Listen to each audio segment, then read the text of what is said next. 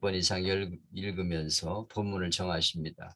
7절, 8절이 좋다. 그렇게 제가 제안을 드렸고요. 그리고 제가 늘 말씀을 드립니다. 원 포인트, 하나의 주제를 가지고 끝까지 나가야 된다. 이 얘기했다 저 얘기했다 그러면 혼란해져요. 그래서 한 개의 주제를 가지고 설교를 할 것. 이걸 기도하면서 하나님이 내게 이 본문을 통해 무슨 말씀을 하시는가를 잘 기도해 보면 정리가 됩니다. 하나님이 이 말씀을 내게 주시는구나. 이 본문을 통해 내가 이걸 전해야 되겠구나. 그 내용을 본문으로 정해가지고 진행하면 됩니다. 그리고 전해야 할 중요한 메시지 뒤에 이제 여러분 설교가 있는데 그것들을 쭉 복사를 해가지고 붙여넣기를 하죠. 그것이 한 뭐 10페이지도 될 수 있고 20페이지도 될 수 있고 그런데 그것들을 나중에 내가 설교할 분량으로 압축시키면 됩니다. 그런데 처음에는 길어지지만은 한 2장 반이나 저는 한 2장 반이면 돼요. 가에 포인트를 1포인트 1cm씩 띄워가지고 11포인트로 작성을 제가 하는데 2장 반 정도 하면은 20분 이상 설교할 수가 있습니다. 근데 여러분이 그 내용을 맞춰가지고 이제 복사를 해서 붙여넣기를 하면 되고요. 전체를 커버할 수 있는 제목을 정하십시오. 내가 오늘 설교할 주제 그것이 딱 들어있는 그렇게 딱 요약할 수 있는 제목을 선정하시면 됩니다. 그리고 어떻게 전개를 해야 되느냐 하는 것들을 쭉 연구를 하시면서 서두 맨 처음에는 어떻게 말을 시작할 것인가 그리고 그것을 어떻게 이끌어가며 적용은 어떻게 하고 예화를 어떤 걸 넣을 것입니다. 맺은 말의 최종 결론은 전도로 한다. 제가 늘 강조하는 겁니다. 설교는 복잡하지 않고 4학년 아이가 할 수 있도록 쉽고 재미있고 감동적으로 해라. 그리고 삶에 적용이 돼야 된다. 적용되지 않는 설교는 메아리일 뿐이다. 그래서 꼭 이 말씀을 듣고 내가 무엇을 적용할 것인가를 명심하시고 작성하셔야 됩니다. 여기 21장은 부활하신 예수님이 갈릴리로 내려간 제자들을 찾아서 다시 사명을 회복시키는 말씀인데요. 제가 목사합 창단에서 설교한 한 편의 설교를 맨 위에 실었습니다. 그리고 여러 목사님들의 설교를 뒤에 실어놨어요. 제가 목사합 창단에서 설교한 내용의 제목은 포용의 리더십으로 우리 목사들이 목회를 하면서 포용력이 부족해가지고 실패하는 경우가 많아요. 성도들을 포용해주고 예수님의 마음으로 품어야 되는데 그렇지 못한 경우가 많기 때문에 제가 목사합창단 목사님들에게 예수님의 마음으로 포용하자 하는 그런 내용의 설교를 한 것입니다. 여기 제가 두 번째 설교한 거고요. 첫 번째는 이 목사합창단이 둘로 나뉘어졌는데 나누기 전에 초심으로 돌아가자 하는 설교를 했었어요. 오늘은 포용의 리더십이라는 제목으로 들려주고 싶은 말씀을 하려고 한다. 그런 내용이고요. 내가 느끼는 예수님의 목회 스타일은 포용의 리더십이다. 여러분은 목회 성공을 뭐라고 생각하십니까? 어떤 분은 큰 교회를 얼마나 이루었냐, 부회장이냐, 총회장이냐, 직분으로 평가하려고 하는데 나는 그렇지 않다고 생각한다. 전에 영락교회를 담임하신 한경직 목사님이 목사님들을 모시고 위로회를 열었는데 지리 시간에 어떤 분이 질문했습니다. 목사님 이렇게 대형 교회를 이루시고 목회 성공하셨는데 성공의 비결을 말씀해 주십시오. 그랬더니 한 목사님이 이런 말씀을 하셨어요. 나는 그렇게 생각하지 않습니다. 나를 보고 목회 성공자라고 하셨는데 나는 농촌교회나 사람이 없는 곳에서 이름 없이 빚도 없이 복음을 전하며 가난하지만 최선을 다해 복음 전하는 목사님이 더 훌륭하다고 생각한다. 목회의 성공은 사람의 기준이 아니라 하나님 앞에서 심판 기준이 되어야 하는데 그분들이 더 칭찬받으려고 생각한다.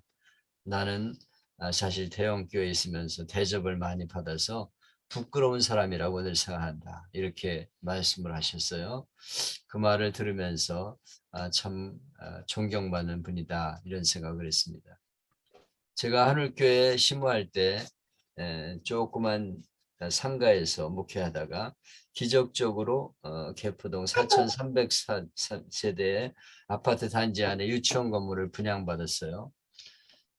그런데 다른 유치원이 그 안에 있기 때문에 유치원을 2개나 유치할 필요가 없겠다. 그래서 목사님 지금 그 초청해달라고 하는 사람 초청 허락을 해주세요. 그래요.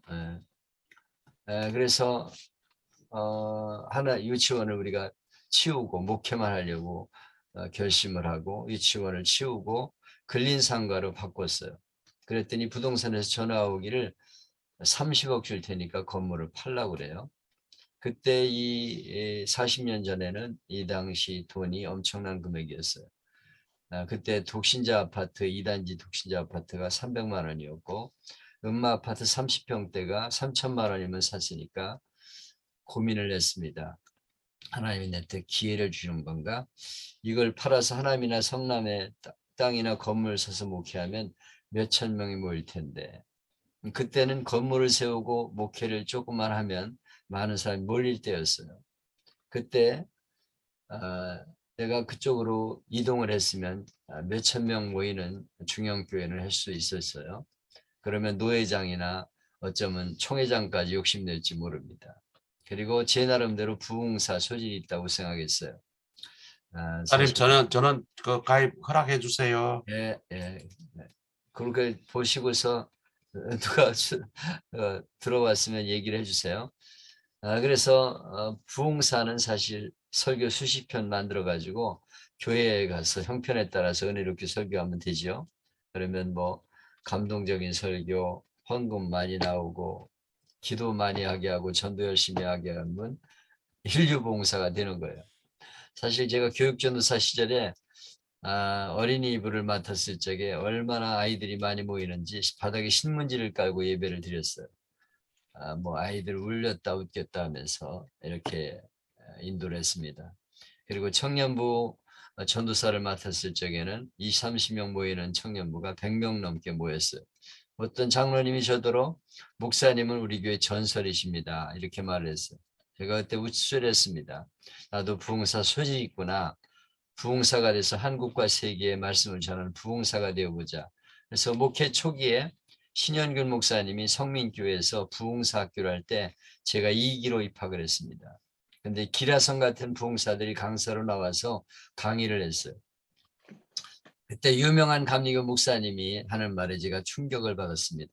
자기는 500명 이하 교회는 안 간다. 여기 또 신청했네. 그리고 강사료를 1,000만 원 이하 주면 안 간다. 인류 호텔에 안마사를 고용해줘야 나는 부흥사를 간다. 이렇게 얘기를 했어요. 그래서 나는 그 말을 듣고 충격받아서 1학기 마치고 땡쳤습니다.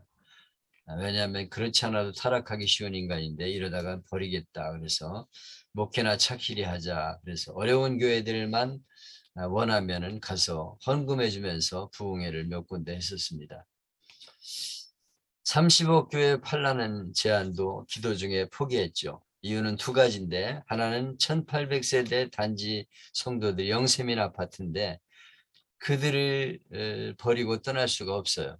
배용버스 사가지고 실어나르면 몇 명 오겠습니까? 대부분 교회를 못 나오게 되죠. 그러면 안 되겠다 하는 것이고 또 하나는 유럽 교회들 가보니까 엄청난 건물인데 노인들만 몇 명 덩그러니 앉아 있어요. 앞으로 3, 40년 후에 한국 교회 모습이 이럴 것이다. 대형 교회를 하면 지탱이 어렵겠다 이런 생각을 하게 되었습니다. 그래서 전도 목회를 하고 나눠주는 목회를 하자. 그래서 그렇게 목회를 하다가 은퇴를 했어요. 후회가 없습니다. 은혜 중에 이제 30년을 마쳤는데 가끔 누가 나한테 어떤 목회였습니까? 물어보면 나는 바보 목회였다. 이렇게 대답을 합니다. 제가 이번에 쓴 책이 내가 뭐라고 책을 썼을까요?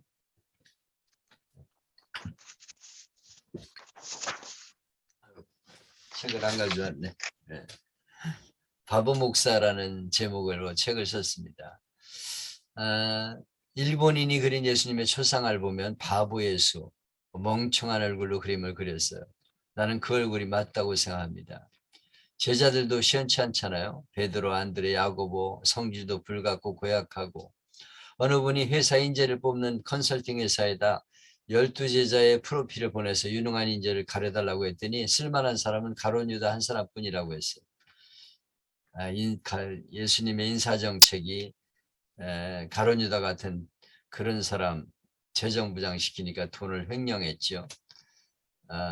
유다야 회계장부 가져와라 뭐 이렇게 하면은 해가지고 잘랐어야 되는데 그냥 믿고 했다가 예수님이 돈 떼먹는 걸 그냥 방치했습니다. 사실 재정부장을 잘 시켜야 되는데 나는 30년 동안 재정감사를 한 번도 해본 일이 없는데 사고가 안 났어요. 이게 은혜고 바보 목회라고 생각합니다. 사실 이런 얘기를 하려면 시간이 부족하지요. 그래서 어떤 분은 내가 교회 차까지 사기를 당하고 나니까 물가에 내놓은 어린애 같다고 이렇게 말하면서 무슨 일이든지 우리하고 상의하자 이런 말을 했습니다. 근데 예수님은 가룟 유다를 끝까지 사랑하셨죠. 그리고 끝까지 최후의 만찬에서까지 나와 함께 그릇에 손을 넣는 자가 바로 나를 판다 이렇게 말씀을 하셨는데 이게 대단한 말씀이라고 생각해요. 주여 내니까 이러면서 물어보는데 한번 갈겨주고 싶은 마음이 들겠죠. 그리고 겟세마네 동산에 와가지고도 선생님 평안하십니까? 이러고 키스를 하고 있는 제자. 목회하다 보면 별사람 다 만나죠. 부교역자들끼리도 육주문자 쓰고 싸우고 성도들이 신방 좀 해달라 그래가지고 부교역자한테 성도들이 신방을 원하니까 신방 좀 열심히 하면 좋겠다 그랬더니 내 앞에 성경책을 내던져요. 그래가지고 내가 그냥 웃으면서 받아주었습니다. 우리 교회에 있던 서장로라는 사람이 있었는데 평생 오른팔 되겠다고 그랬어요. 이분은 어려운 교회 신양교회에 있을 적에 내가 찾아가서 술주정뱅이였는데 뭐 라면도 사다 주고 고기도 사다 주고 그러면서 사랑을 베풀었더니 나중에 개척교회 할 때 자기가 찾아와서 평생 오른팔 되겠다고 그러더라고. 근데 재정부장을 시켜놨더니 나중에 장로가 됐어요. 이제 변화가 좀 돼가지고 맨날 불평불만 하는 거예요. 그래서 연말에 바꾸겠다 그러니까 날 죽이겠다고 협박을 하면서 내가 성지순례 간 사이에 성도들에게 진정서를 돌리면서 이렇게 저를 상당히 힘들게 했습니다. 그런데 제가 그걸 다 받아줬어요. 사실 이렇게 포용하는 것이 바로 목회라고 생각합니다. 리더십 중에는 군주형이 있어요.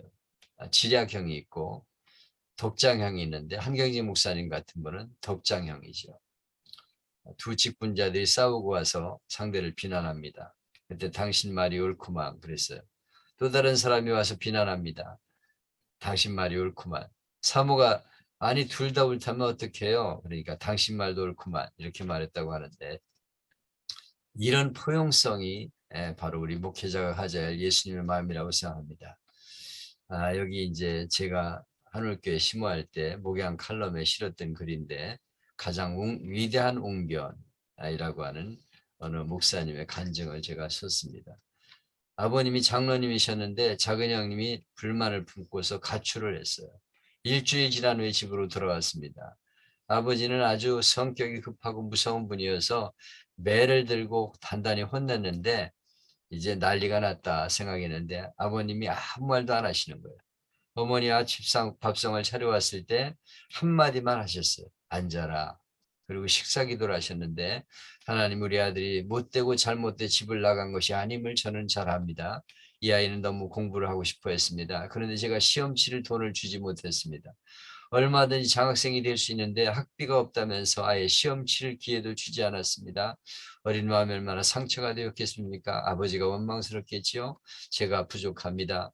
아들을 택하지 마시고 저를 택하여 주옵소서. 그리고 우는 거예요. 그때 목사님이 초등학교 4학년인데 눈물이 쏟아졌다는 거예요. 같이 온 가족이 울었습니다. 아버님이 20분 정도 기도하셨는데 가족이 다 부둥켜 안고 울었다는 거예요.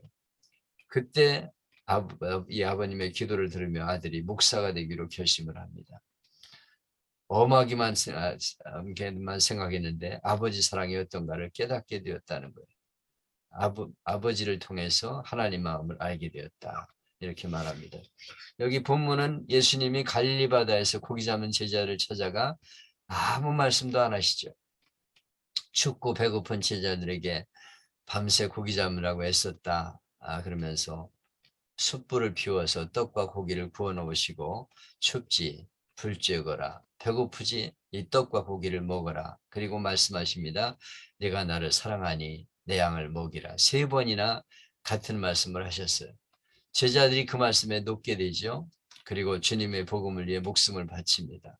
사랑이 가장 위대한 웅변이다. 채찍으로 안 되고 야단쳐도 안 되지만 사랑이 마음을 움직인다. 그리고 위대한 인물이 되게 된다. 강철왕 앤드루 카네리의 인재론이 유명한데요. 그 곁에는 탁월한 인재들이 수없이 많은 사람이 있었어요. 어떻게 뛰어난 인재를 옆에 둘 수 있었느냐 하는 질문에 대해 용서의 마음 때문이라고 말했습니다. 그런데 그가 그런 마음을 갖게 된 데는 특별한 사연이 있었어요. 20대 초반 때 카네기가 회사 공금을 다른 곳에 전달하는 일을 맡았습니다. 공금을 가방에 넣어 기차를 탔는데 얼마 지나지 않아서 열차 난간에 앉아 꾸벅꾸벅 조는 거예요. 정신 차려 깨어보니까 가방이 없어졌습니다. 그래서 놀란 카네기가 기관실로 뛰어가서 기관사에게 졸다가 가방을 차 밖으로 떨어뜨린 것 같다고 말하면서 후진시켜달라고 사정을 했어요. 근데 이때 지금은 뭐 어림도 없는 일이지만 그때 이 기관사가 열차를 후진시켜줬어요. 눈이 빠지게 밖을 주시하고 있다가 개울가에 떨어진 낯익은 가방을 발견하고 구함을 치면서 내려가서 가방을 주워서 열어보니까 현금이 그대로 있는 거예요. 그리고 돈 전달을 무사히 마칠 수 있었습니다. 이 아찔했던 기억이 발단이 되어서 그는 중요한 결심을 합니다. 그는 이렇게 말해요. 그때부터 나는 젊은 사람이 결정적 실수를 하더라도 그가 고의적으로 속일이 하지 않는 이상 용서하고 품어주기로 했습니다. 사람이 살다 보면 아무리 성실하게 노력해도 돌발적인 사태가 일어나는 법인데 그것 때문에 평생 꿈이 좌절되는 일이 있어서는 안 될 것입니다. 카네기의 이런 마음 때문에 훌륭한 인재들이 곁에서 모이고 사업에 성공할 수 있었다는 것이죠. 예수님의 포용의 리더십, 부활한 제자들에게 여러 번 나타나셨죠. 갈릴리에서 떡과 고기를 구워 놓으시고 한마디도 책망을 하지 않으셨어요. 너 그럴 수 있냐? 너 끝까지 나를 버리지 않고 목숨까지 버리겠다고 그랬지. 나를 저주까지의 한마디도 말씀하지 않으셨어요. 와서 조반 먹어라. 그리고 생선과 떡 구워놨으니까 먹으라. 이렇게 말씀하셨어요. 이런 예수님의 대화법을 연구한 이들은 예수님은 대화의 천재셨다. 응어리를 푼다고 하다가 싸움이 일어나죠. 잘못을 지적하면 되는 일이 없어요. 관계만 깨지는 것이죠. 베드로에게 내가 나를 사랑하느냐 3번 질문하시고 내 양을 먹이라 말씀하셨어요. 이 말씀이 바로 그를 변화시켰습니다. 그리고 목숨 바쳐 충성하죠. 포용의 리더십. 그렇게 해도 못된 사람은 있지만은 뭐 예수님이 성도 12명 가지고서 평생 목회를 하셨잖아요. 그중에 가룟 유다가 또 한 사람 배신했어요. 여러분이 목회 많이 안 해도 괜찮아요. 12명만 생각하시고 그중에 한 명 배신자가 있어도 된다. 이런 마음으로 목회하시기를 바랍니다. 예수님 여러분이 목회할 적에 힘든 일이 있지만 내가 목회를 하면서 나를 한 사람도 팔아먹은 사람은 없었어요. 그리고 십자가에 못 박아 죽인 사람도 없었습니다. 그만하면 잘한 거지. 예수님도 12명 키웠는데 그중에 한 인간이 배신했는데 이런 마음으로 끝까지 참고 인내하며 포용하는 목회가 되기를 바란다. 그래서 로마서 12장에 원수를 갚지 말고 하나님께 맡기라. 목마르거든 마시고 줄이거든 먹이라.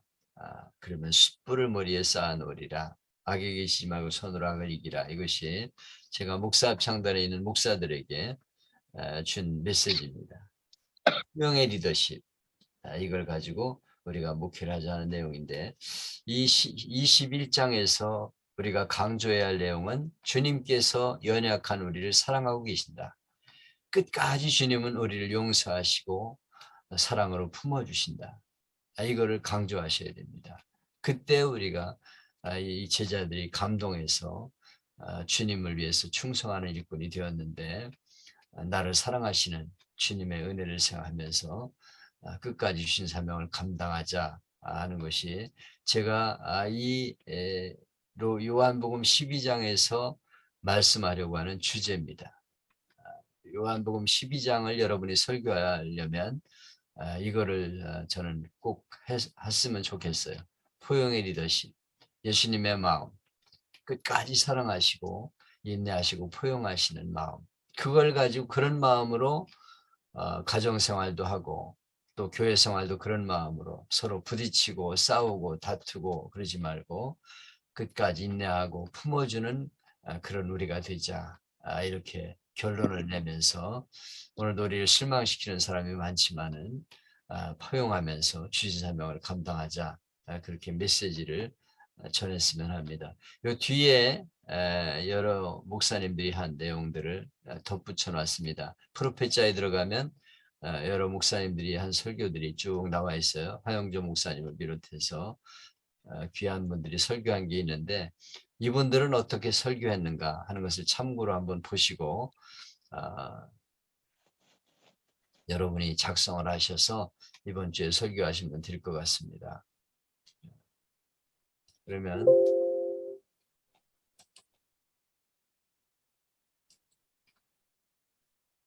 네, 하나는 마쳤고요. 또 하나 이제 어린이 주일 설교입니다. 어린이 주일.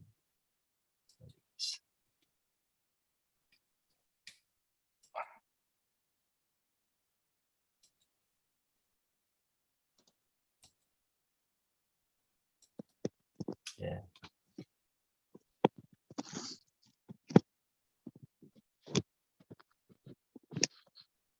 어린이 주일.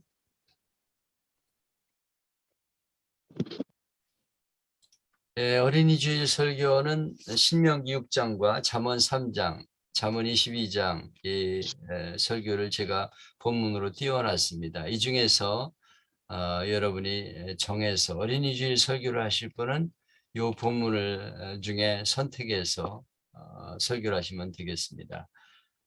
내가 이제 어린이 주일 설교한 내용을 두 편 실어놨습니다. 그리고 여러 목사님 설교를 아래 실어놨어요. 신명기 6장을 가지고 설교한 내용입니다. 쉐마 신앙교육, 어린이 주일의 쉐마 신앙교육이라는 제목으로 설교한 내용입니다. 제가 설교할 적에는 동영상을 하나 띄우는데 철로에서 고장난 차를 여러 힘을 합쳐 들어 올려 가지고 이 기차를 세우는 그런 내용인데 우리가 열심히 전도를 해서 생명을 구원하자 그런 내용의 영상입니다.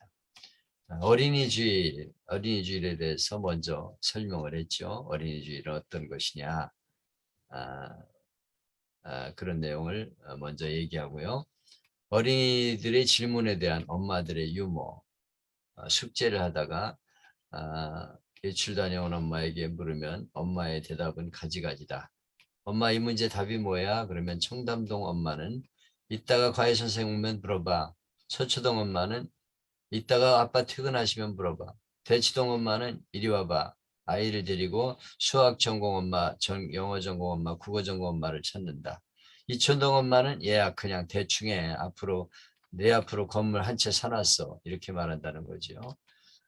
이렇게 좀 엄마들이 자녀들의 를 대하는 태도가 다 지방마다 틀리고 사람마다 틀리다는 것입니다. 초등학교 들어간 꼬마가 엄마에게 서점에 가자고 계속 졸라대 가지고 서점에 갔더니 어린이 코너에서 어린이 교육법이라는 책을 들고 나왔어요. 그래서 엄마가 너 그거 뭐하라고 그런 책을 샀냐 그랬더니 얘가 말합니다. 엄마가 나를 제대로 교육하는지 연구해 보려고요. 그렇게 말했다는 것이죠. 그만큼 요즘 아이들이 영악해졌다 하는 유머입니다. 들어오는 사람이 계속 있나요? 계속 있네. 이걸 같이 띄워야 되는데 그래 내가 들여다보는데 같이 띄워지질 않네. 요즘 아이들은 과외 수업에 짓눌리고 있다는 것이죠. 그래서 영어, 컴퓨터, 논술, 한자, 독서, 속독, 암산, 피아노, 동요 부르기, 그림 그리기, 색종이 접기, 웅변, 스케이트, 스키, 수영, 태권도, 검도, 발레, 피곤하다는 거예요. 이렇게 지식적으로 교육받는 게 중요하지만 중요한 것은 하나님 말씀이다. 말씀 없는 지식 교육은 망칠 수 있다는 것이죠. 미국에서 종교교육을 없애고 실용주의 교육을 시킨 결과가 뭐냐면 미국 아이들이 매 8초마다 한 명이 학교를 중퇴하고 26초마다 한 명이 가출하고 67초마다 한 명은 10대가 아이를 낳고 7분마다 한 명은 마약 관련으로 체포되고 30분마다 한 명은 총에 맞아 죽거나 부상이 있고 매일 13만 5천 명의 아이들이 총을 학교 가지고 간다는 거예요.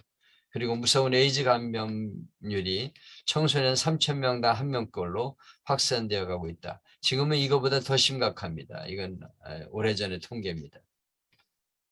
미국에서 1950년에 아이를 많이 낳았어요. 그때를 베이비 부모라고 부르는데 수십 년 동안 교회를 사람들이 등지고 살았습니다. 그러다 많은 사람이 교회로 돌아왔어요. 이유가 뭐냐면 캘리포니아 종교학 루프 박사가 종교교육의 절실한 필요성이 돌아온 이유다 그랬어요. 브라우닝 박사는 지금 미국의 가정들은 바람직하지 못한 문화의 위협을 받고 있다. 파도처럼 덮치는 악한 문화로부터 아이들을 지킬 수 없다는 것이 부모의 현실이다. 지금 부모들은 이 악한 문화에 대항해 싸울 수 있는 동지를 찾고 있다. 근데 학교에서는 더 이상 가르칠 수 없다는 것을 깨닫고 다시 교회를 찾게 되었다 하는 것입니다. 학교 교육이 한계가 있다는 거예요. 그래서 많은 사람이 교육을 교회 교육의 필요성을 느껴서 많은 사람이 교회로 돌아오게 되었다. 몇 해 전 분당구 서현동 아파트에서 아들이 할머니와 아버지를 죽였어요. 군의를 입대를 앞두고 저녁 늦게 먹고 술 먹고 들어온 아들을 아버지가 야단치니까 할머니와 아버지를 살해하고 65평 아파트에 불을 질렀어요. 그 아버지는 경기고와 서울대 스탠퍼드 대학 인류 코스를 밟은 교수입니다. 친인척 중에 교수가 5명이나 있어요. 어머니는 잘 가르치겠다고 동생들 데리고 미국 갔습니다. 아들은 삼수에서 아버지가 만족하지 못하는 대학에 합격했어요. 아버지는 1년여 동안 아들을 검정고시 학원에 데려다줄 정도로 열심히였는데 결국 그 아들에게 살해를 당하고 맙니다. 이게 오늘의 현실이에요.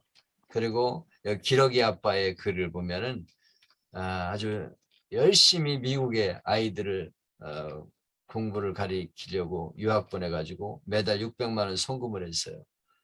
그런데 뭐라고 좀 야단을 쳤더니 아버지 잔소리 그만해요. 이제 지긋지긋해요. 이렇게 딸이 말하더라고요. 중학교 3학년 애가. 바로 이런 현실을 지금 우리가 직시해야 된다. 꼭 하나님 말씀을 가르쳐야 되는 것이 가장 중요한 것을 기억해야 된다. 여기 신명기 6장의 말씀은 쉐마라는 말씀인데 여기서 세 가지를 강조한다. 첫째는 유일신 하나님을 사랑해라. 하나님을 사랑하는 것이 성공하는 길이다. 지금 여기 쭉 김일성이 얘기를 했습니다. 이렇게 교육이 잘못되게 되면 엉뚱한 방향으로 나가게 되는데 하나님을 사랑하도록 가르쳐야 한다. 둘째는 말씀을 부지런히 가르쳐라. 그냥 적당히 가르쳐야 되는 게 아니에요. 부지런히 가르치라는 것이 하나님의 명령입니다. 왜냐하면 어린 시절에 하나님 말씀을 가르쳐야 되기 때문에. 명성교회 김사원 목사님이 얘기 중인데요. 90 넘은 목사님들이 80 넘은 목사님하고 얘기하는 거예요. 근데 당신 입원했다지? 그래 입원했어. 어때? 괜찮아. 10분 이내로 또 한 번 물어보는 거예요. 자네 입원했다지? 그래 입원했어. 어떻게 됐어? 퇴원했어. 괜찮아. 이렇게 계속해서 7번, 8번 반복하더라는 거예요. 10분 전에 한 얘기를 잊어버리는 게 나이 많은 사람의 삶입니다. 어린 시절에 아이들을 잘 가르쳐야 된다. 그것이 바로 복된 길이다 하는 것을 잠깐만 말씀드립니다. 목사님, 네, 이 지금 파일을 지금 그 목사님 공유 바꿨어요? 공유 안 했어? 이거 안 했어? 지금 안 한 거예요? 안 지금 들어가? 다른 분들은 지금 목사님 파일 공유 지금 보고 있습니까? 아니요, 안 보여요. 아이고 이제 아, 됐네. 이제 보입니다. 아, 이제 보여? 아유. 목사님은 이거 강의 안 띄우고 그냥 막 혼자 하시기에. 아까 한 것만 띄웠구나.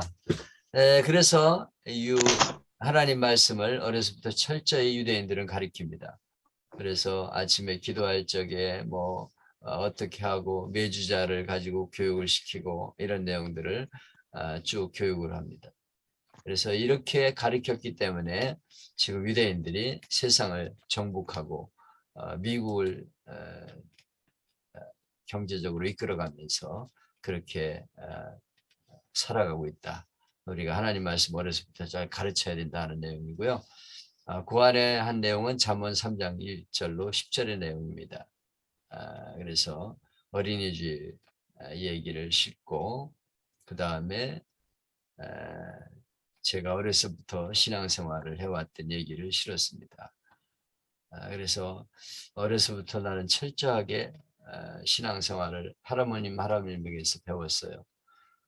그런데 요즘 목사님이나 장로님 자녀들 중에도 신앙생활을 제대로 안 한 2세, 3세들이 너무 많다. 우리 둘째 아들이 한양대학 다닐 때 목사님 아들, 딸인데 술, 담배하고 교회도 안 나가고 엉망으로 사는 애들이 많더라는 거예요. 그래서 이렇게 신앙 된 이유가 뭐냐면 뭐 시험 기간인데 공부해라. 좋은 학교 가야지 그때 신앙생활을 된다 이렇게 버려둬 가지고 아이들을 망치게 됐다는 거예요. 제가 그 설교를 했을 때 황상옥 장로님이라는 분이 친구 생각이 난다는 거예요. 장로님 아들인데 학생회장까지 했는데 대학 가야 된다고 대학 가서 교회를 나가고 공부해라 그랬더니 대학을 가더니 이제는 교회를 안 나간다는 거예요. 그래서 땅을 치고 후회하더라 그런 말을 하더라는 것입니다. 부모의 잘못된 교육 때문에 자식들을 다 망치게 됩니다. 돈, 명예, 권세, 뭐 좋은 학교 이러다가 자식들 다 망쳐요. 부모들이 아무리 주님을 위해 충성했어도 자식 교육을 제대로 못 시키면 거기서 끝나는 거예요. 자녀들이 망치게 됩니다. 곽선희 목사님 설교에 나온 얘기인데요. 일본의 어느 친구를 만나는데 다른 친구 얘기를 하더라는 거예요. 이 자녀에게 자녀가 셋이 있는데 하나같이 교회를 안 나가. 그래서 목사님은 자녀들이 교회 안 나오는데 괜찮습니까? 물었더니 종교는 자유인데 애들에게 왜 내가 예수 믿으라고 해야 됩니까? 그래서 깜짝 놀랐다는 거예요. 이러니 교회가 부흥이 되겠습니까? 일본은 그래서 부흥이 안 돼요. 자녀 교육을 자유라고 생각하는 거예요. 종교는 자유다. 그러므로 지가 알아서 해야 된다. 이러니 교회가 부흥되고 자기 자식이 제대로 되겠습니까? 자식을 그냥 두면 절대로 안 돼요. 우리가 올바로 가르쳐야 된다. 무분별한 사랑을 해서는 안 된다. 웨슬레 어머니 수잔나는 18명의 아들을 훌륭하게 키웠는데 자녀들의 고집을 즉시 꺾어버려라. 빨리 꺾을수록 좋다. 자녀들에게 지나치게 친절하고 멋되게 하고 내버려두는 부모는 잔인한 사람이다. 이렇게 말을 했어요. 이런 부모는 타파돼야 할 악습을 기르는 것이 된다. 자녀를 제멋대로 내버려두는 부모는 마귀를 하는 사람이고 구원을 불가능하고 영혼과 육신을 멸망하게 하는 사람이다. 그렇게 말했어요. 그래서 마땅히 행할 길을 아이에게 가르치라. 그러면 늙어도 그것을 떠나지 아니하리라. 잠언 13장에는 초달을 참아 못하는 자는 자식을 미워하는 것이다. 이렇게까지 말합니다. 그래서 잘못되면은 야단을 쳐서라도 올바로 가르쳐야 된다.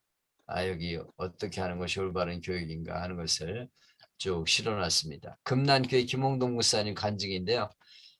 김국도 목사 이만일 이 김국도 목사가 초등학교 때 교회 안 나간다고 고집을 부리니까 밥도 안 주고 옷을 벗겨고서 밖으로 내쫓았대요.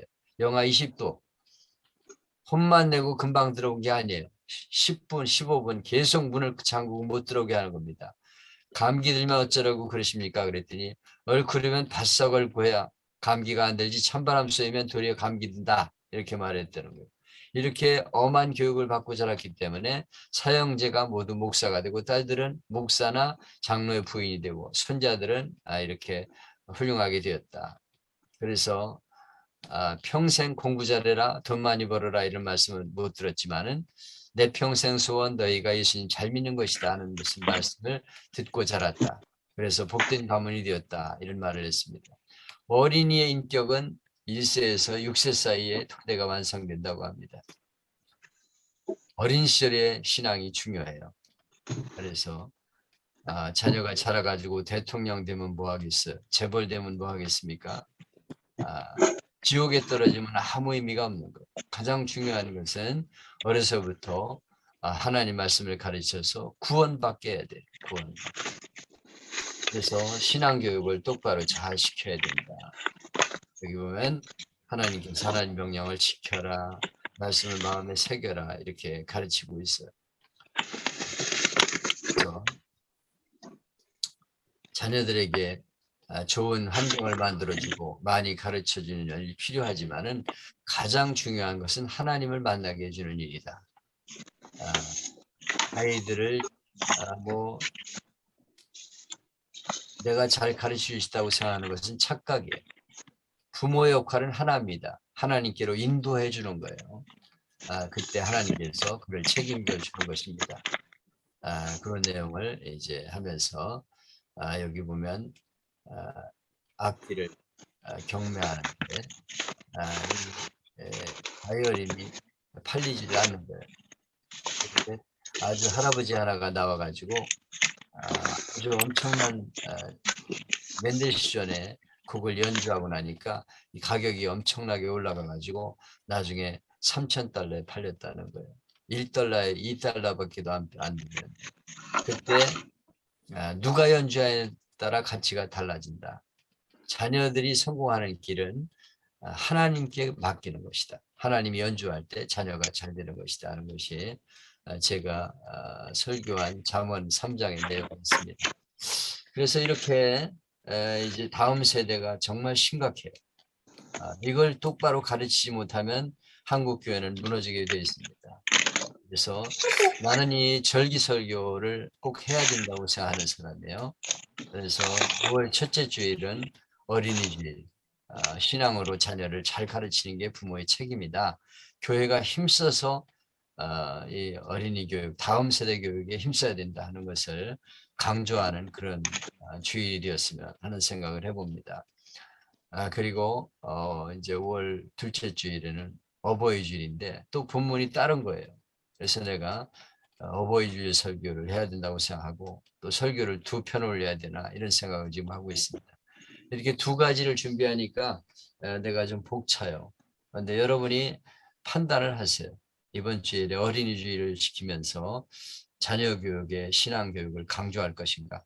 아니면 아까 요한복음 21장을 가지고 포용의 리더십, 모든 것을 다 포용하셨던 예수님의 마음으로 그렇게 살아가도록 가르칠 것인가? 그 둘 중에 하나를 여러분이 선택해서 이번 주에 설교하시면 되겠습니다.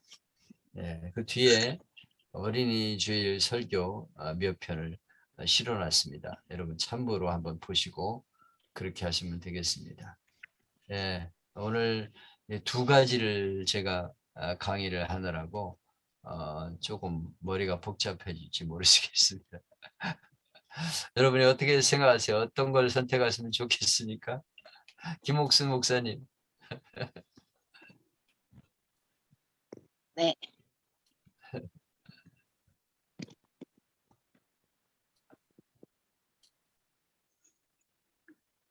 어떤 설교, 의견을 이야기해봐요.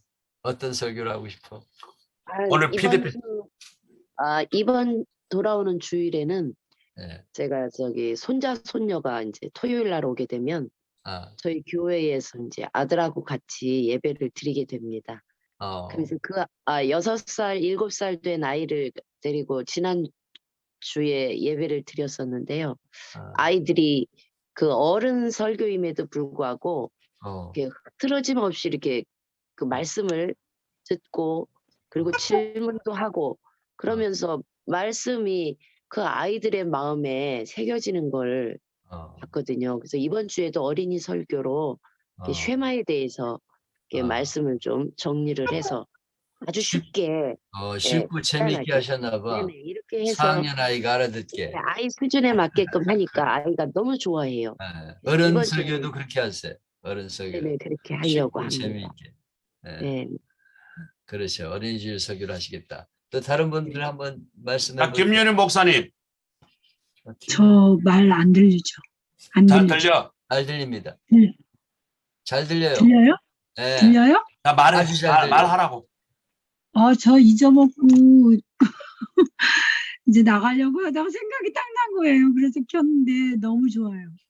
네. 목사님 말씀이 오늘 너무 뭐 강의 들은 소감이 어떠시냐고. 감동이에요.